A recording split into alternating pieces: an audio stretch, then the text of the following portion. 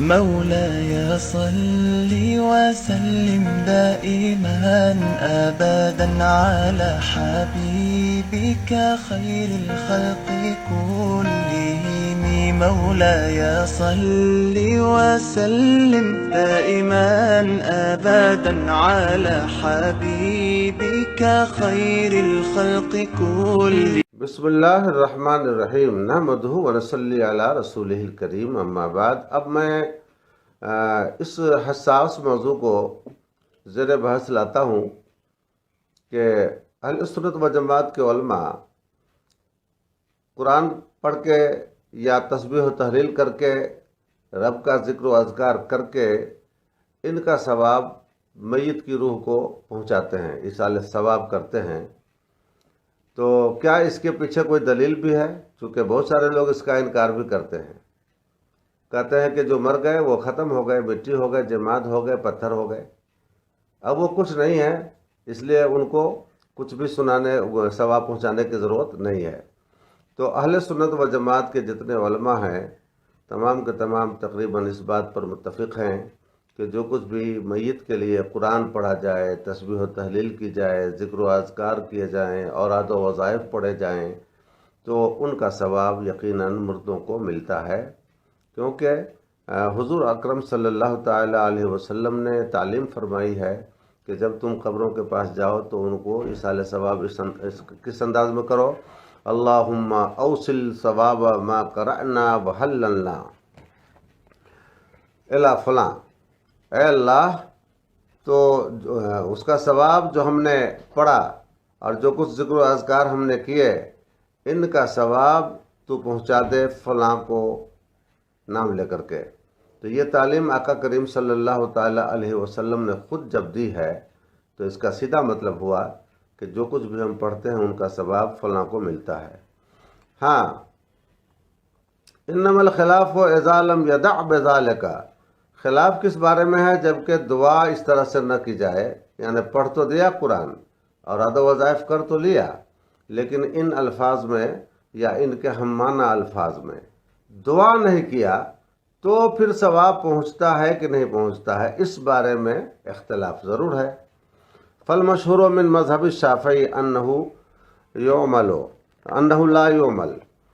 تو مذہب شافعی سے مشہور یہ ہے کہ اس کا ثواب نہیں پہنچتا ہے، جب دعا نہیں کی گئی تو ثواب نہیں پہنچا. واعتمد علماء الشافعیۃ المتأخرین وصول ثواب القرأۃ والذکر الی المیت کمذہب الائمۃ الثلاثہ.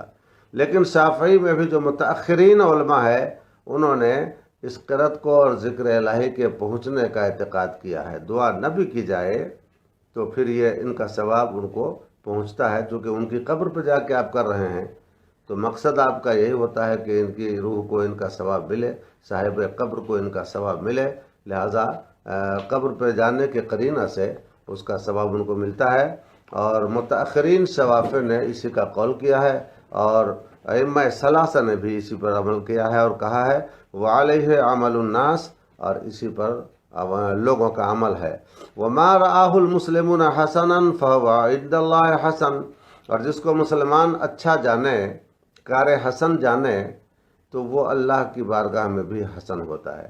تو عام مسلمانوں کا یہ عمل ہے اور سارے مسلمان اس کو عمل حسن سمجھتے ہیں تو وہ اللہ کی بارگاہ میں بھی عمل حسن ہے اور ان کا ثواب ملے گا. حضرت امام الحجہ قطب الارشاد امام عبداللہ بن علوی الحداد رضی اللہ تعالیٰ عنہ، اور وہ فرماتے ہیں وَمِنْ أَعْظَمِ مَا يُهْدَى إِلَى الْمَوْتَى بَرْكَةً وَأَكْثَرُهُ نَفْعًا، کہ مردوں کو جو چیز ہدیہ کی جائے ان میں سب سے زیادہ برکت والی، سب سے زیادہ نفع والی کیا ہے؟ قراءۃ القرآن وإہداء ثوابہ الیہم، قرآن کا پڑھنا اور ان کے ثواب کو ہدیہ کرنا ان کی طرف، یہ سب سے زیادہ برکت والی چیز ہے ان کے لیے، مردوں کے لیے. الحمدللہ.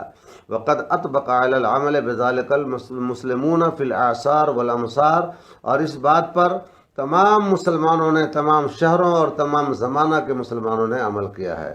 وقال به جماہیر من العلماء والصالحین سلفا وخلفا، اور اس کا قول تمام جمہور علماء نے، علماء سلف نے، علماء خلف نے اس بات کا قول کیا ہے، تو ظاہر سی بات ہے کہ اس کو تو ماننا پڑے گا۔ تو ان دلیلوں سے ثابت ہوا۔ اس کے بعد ہم آگے بڑھتے ہیں۔ مد دلیل علی جواز قراءۃ القرآن للاموات، کیا دلیل ہے اموات کے لیے قرآن پڑھنے کے جواز پر؟ اموات کے لیے قرآن پڑھنے کے جواز پر کون سی دلیل ہے؟ تو اس کا جواب یہ ہے، امام احمد نے اور ابو داود نے اور ابن ماجہ نے معقل بن یسار رضی اللہ تعالیٰ عنہ سے ایک روایت نقل کی ہے، ان النبی صلی اللہ تعالیٰ علیہ وسلم قال اقرؤوا علی موتاکم سورہ یاسین، اپنے موتا پر سورہ یاسین پڑھو۔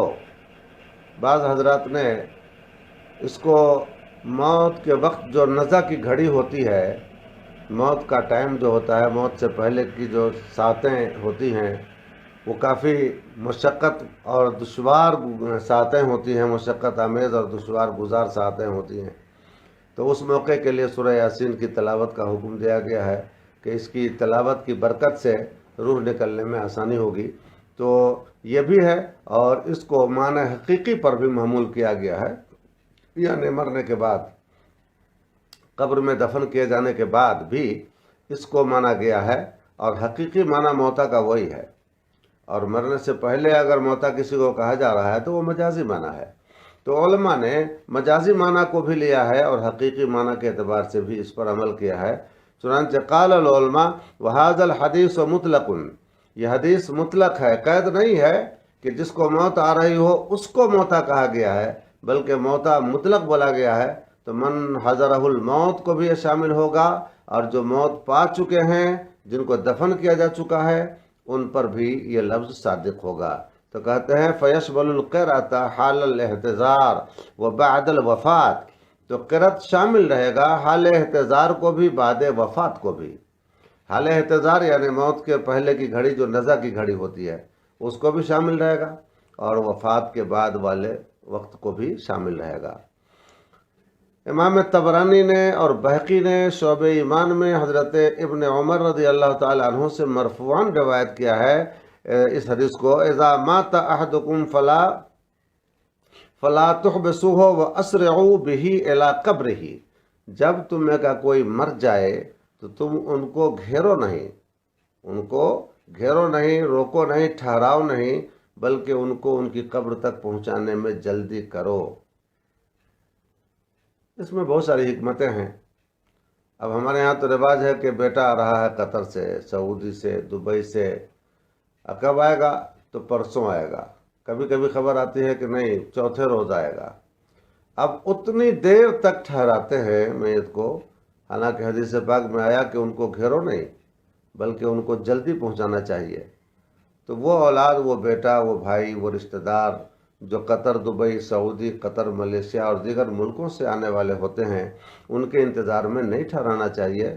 ہاں، رہ گیا کیا کہ ایک ماحول، ایک مزاج لوگوں کا کیا بن چکا ہے کہ اگر نہیں اس کو آنے دیا جائے تو بھی معیوب سمجھا جاتا، اور بیٹا بھی سمجھتا ہے کہ نہیں جائیں گے تو لوگ کیا کہیں گے، بھائی سمجھتا ہے نہیں جاؤں گا لوگ کیا کہیں گے، یعنی لوگوں کے کیا کہنے کے خوف سے اتنا لمبا چوڑا یہ نقصان کرتا ہے، جبکہ اس کا کوئی خاص فائدہ میت کو نہیں ہو پاتا ہے۔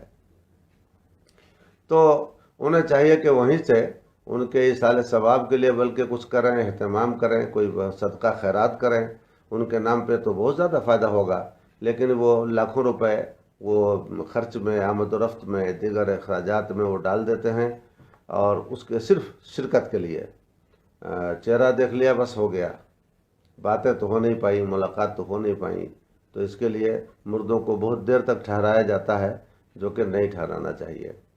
آگے آتا ہے وَلْيَقْرَأْ عِنْدَ رَأْسِهِ بِفَاتِحَةِ الْبَقَرَةِ وَعِنْدَ رِجْلَيْهِ بِفَاتِحَةِ الْبَقَرَةِ، اس کے سرہانے میں بھی سورہ بقرہ کی تلاوت کرے، اور اس کے پایتانے میں بھی سورہ بقرہ کی ابتدائی آیات پڑھیں۔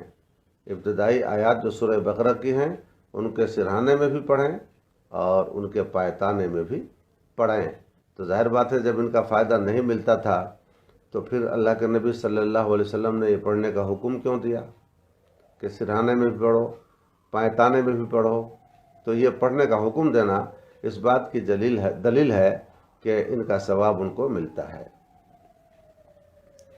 اس کے بعد ذکر الامام السیوطی فی جمع الجوامع و ذکر ابن القیم فی کتاب الروح ما یقتضی سنن الدرس علی القبر، یعنی واستدل لذلك بأن جماعة من السلف اوصوا ان يقرأ عند قبورهم، جماعت سلف میں سے ایک جماعت نے وصیت کیا کہ وہ پڑھیں ان کی قبروں کے پاس، انہیں میں سے ابن عمر ہیں، انہوں نے وصیت کیا ان یقرأ عند قبرہ سورۃ البقرہ، کہ ان کی قبر کے پاس سورہ بقرہ پڑھی جائے۔